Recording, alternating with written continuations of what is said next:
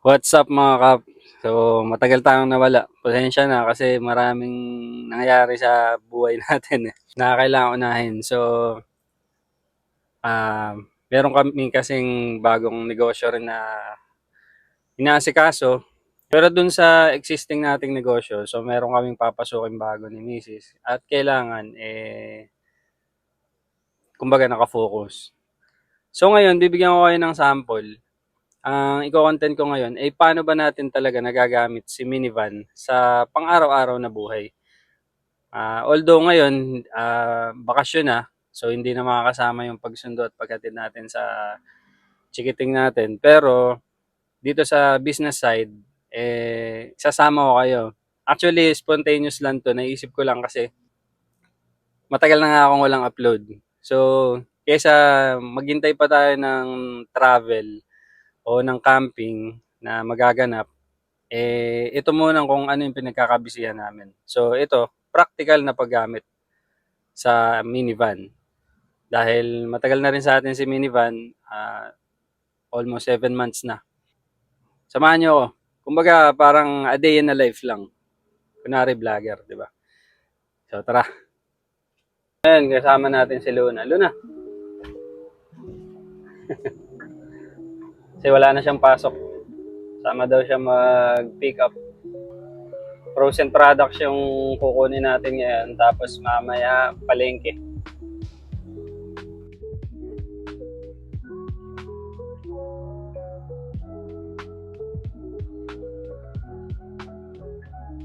So, nung nakaraan, di ba, nagpa-PMS tayo. At so far, ay smooth na yung takbo nung minivan natin. Sa bagay, noon din naman. Baka naman niisip ko lang din yun kasi nga bagong PMS lang siya. Pero sarap niya gamitin eh.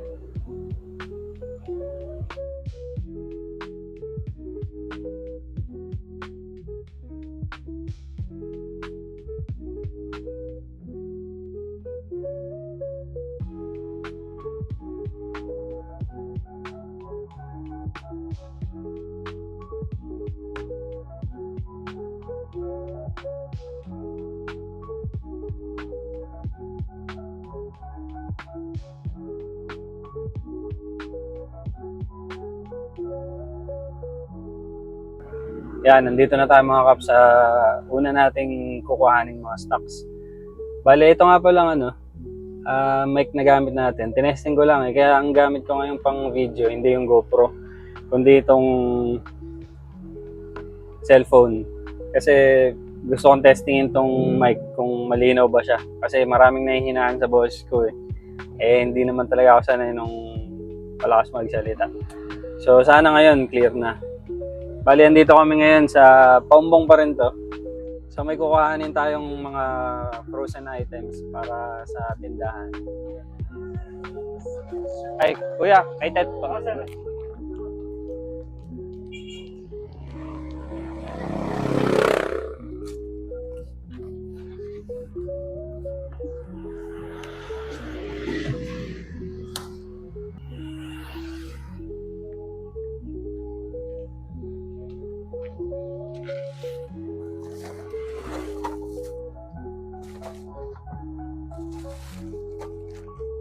Ito, dito natin lalagay.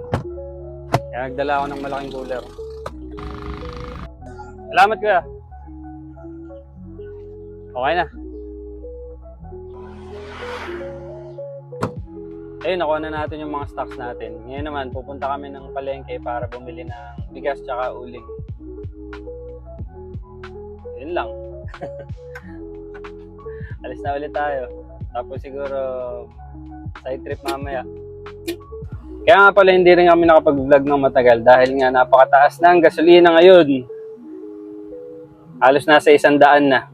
Tapos, ayun, kailangan magtipid eh.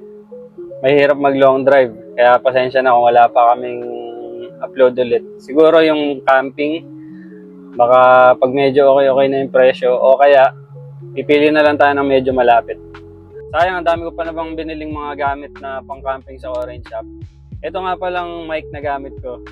Nandyan yung link niyan sa products natin. Nag-upload na ako ng products. So, eligible na tayo para makapagbenta ng products dito sa YT. Ayun. Tara, punta na tayo ngayon sa palengke kasi bibili naman kami ng bigas at uling. So, ayun, mag-uuling din. Pang-backup lang ba? Kailangan meron tayong uling para hindi masyadong gamit na gamit yung LPG natin. So, tara mga kap.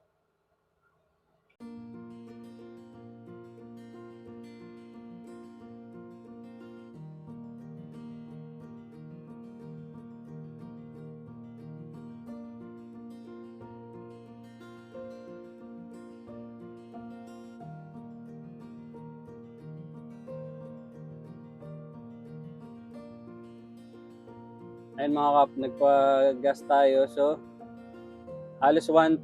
Pero 12.7 liters lang. 94 dito sa Sea Oil. So, ito na yung mura-mura dito sa amin. Ala, ganun talaga. Noong nagbiyahe tayo ng La Union, ang presyo lang ng gasolina 53 yata, 54. So, taas na taas pa tayo nun. Samantala ngayon, 94 na. So, 40 pesos yung nadagdag. Ngayon nga, hanggat maaari, nagbabike lang ako eh. Pagka may mga kailangang bilhin.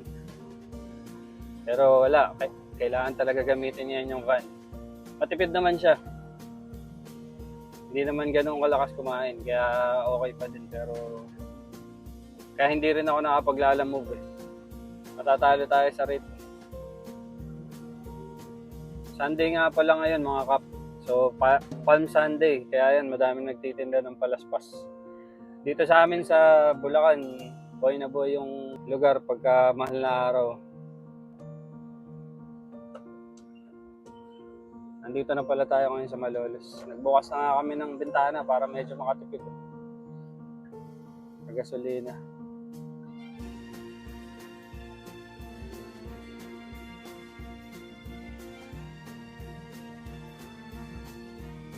Yan yung katedral ng Malolos. Dito tayo bibili ng uling. Yung isang sako na bibili natin.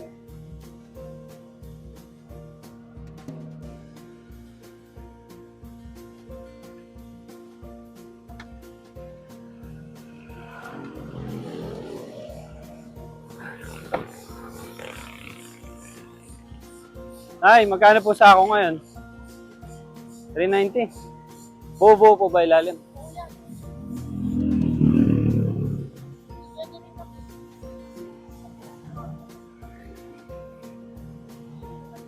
Maliit po ata. Hindi ko pwede ito. Ito na lang. Na lang po.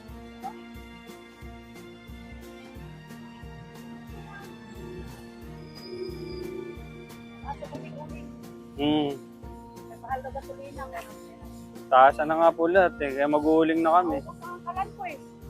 Magkano po yung ganyan? Magamit ka lang matira ang mga SG. Pa, 300. Kapag may 700 500. po yung malaki. Sige po eh. Pag magdadagdag na lang ako. Ito po yung sa 380. Sige po, salamat po ha.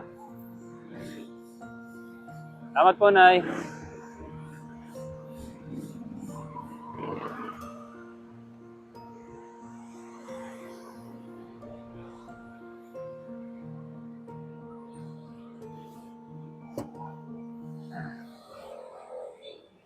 Ito na yung uling natin mga kap. Binigyan tayo ng discount ni Nanay. Ayan, isang sakong uling, 380 ngayon. Dati bumibili ko 300, 330, ganun lang. Kaya lang tumaas din. O tara. Ayan, bago umuwi, bili daw muna tayo ng milk tea.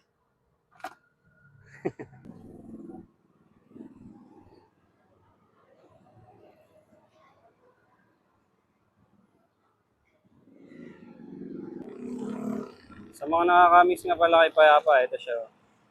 So, ganun pa rin, wala pa naman tayong upgrade.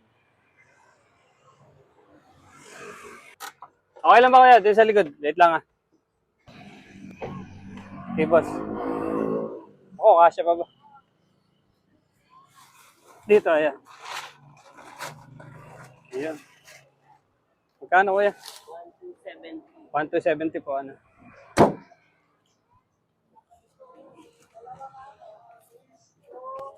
Salamat. Thank you po.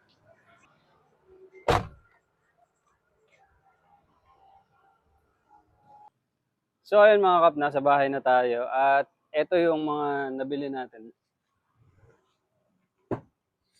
Yan. So, kitang-kita nyo naman, walang problema sa minivan. Kasyang-kasya yung mga kailangan natin sa business. So hanggang dito na lang mga kap. Sana kahit pa paano nakita nyo kung paano natin magagamit yung minivan sa pang-araw-araw. Pasensya na kung medyo matagal tayong hindi nakapag-upload tsaka ganito lang yung upload natin. Pero pipilitin natin makapag-biyahe sa susunod.